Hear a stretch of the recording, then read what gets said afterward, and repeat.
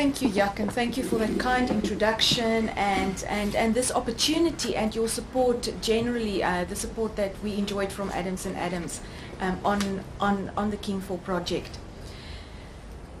When the news broke that we were embarking on the drafting of King 4, not everybody embraced the idea. We had a lot of positive comments, but there were also comments tantamount to why are you doing King 4? It follows so shortly on the heels of King 3. We've just come to grips and to terms with King 3, and now you're throwing it out and introducing a whole new code.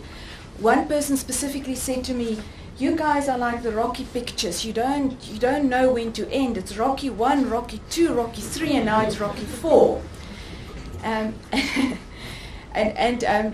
Just the other day I was reading a book, and I was reading about this apparently very tyrannical and cruel Roman emperor who used to say about his rule and his subjects, he used to say, "Let them hate as long as they fear."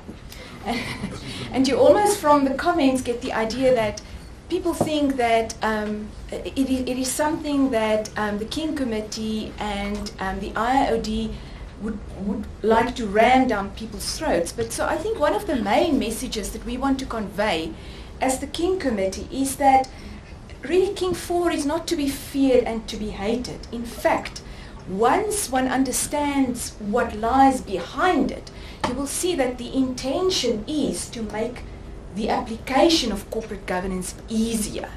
I mean, for me, one of the main selling points, and also almost something that just clarifies this very clearly, is the fact that we've moved now from 75 principles to 16 plus 1. I mean, that is a huge alleviation of the pressure.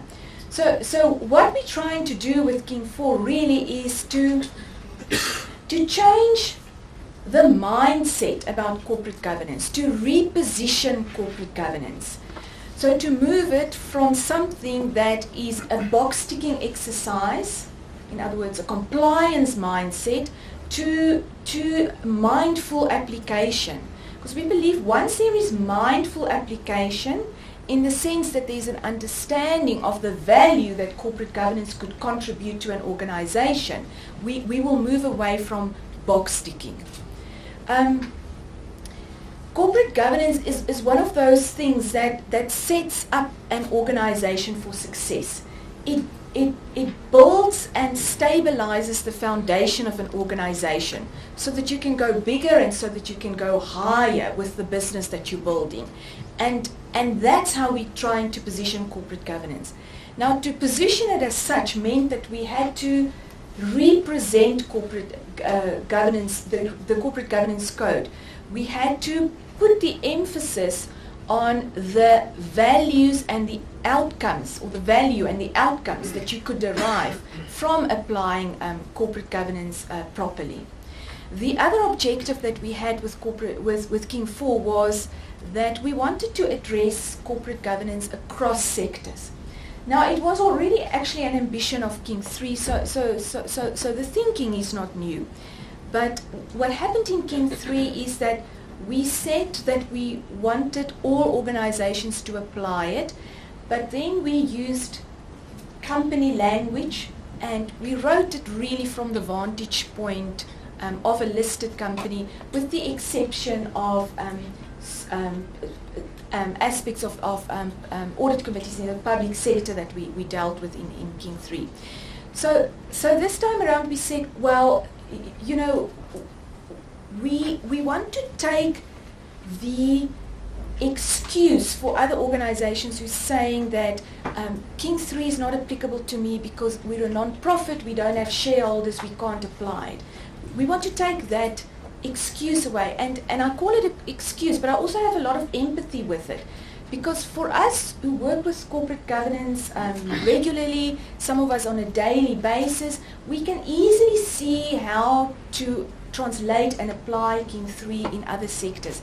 But if you have a business to run, and corporate governance is not your main focus, then it's difficult to apply it. So we wanted to draft King 4 so that other organizations understand how to interpret the code in their situation.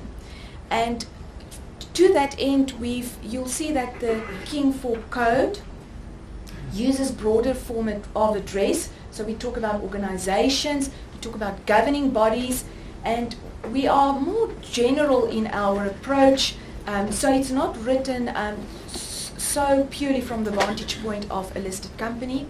The other way in which we're addressing corporate governance in various sectors, and to me that is a key component of implementing and interpreting corporate governance, is this consideration of proportionality. In other words, how do you scale the practices so that they suit the needs of your organization?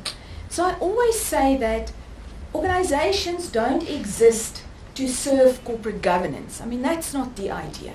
Corporate governance should be harnessed so that they add value to organizations and businesses. And so we've introduced this concept of proportionality. We're providing some guidelines, some explanation around it. In the sector supplement, you'll find even more guidance around it. And that brings me to the third way in which we're addressing the needs of organizations is through the sector supplements, which were issued yesterday for public comment.